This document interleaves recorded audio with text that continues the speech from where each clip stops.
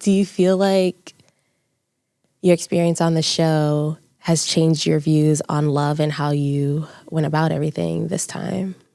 Yeah, like we touched on at the reunion, I think I noticed that we were probably like 3 days into our very early relationship.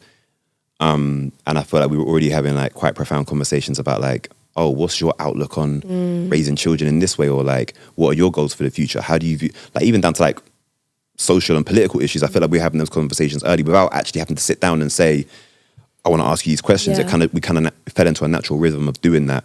And I attribute that to our experiences on the show, because you realize that when you haven't got the physical and the like, oh, let's go on this flashy date and let's go on this vacation and oh, look how good you look. You have to get down to the like the deeper questions.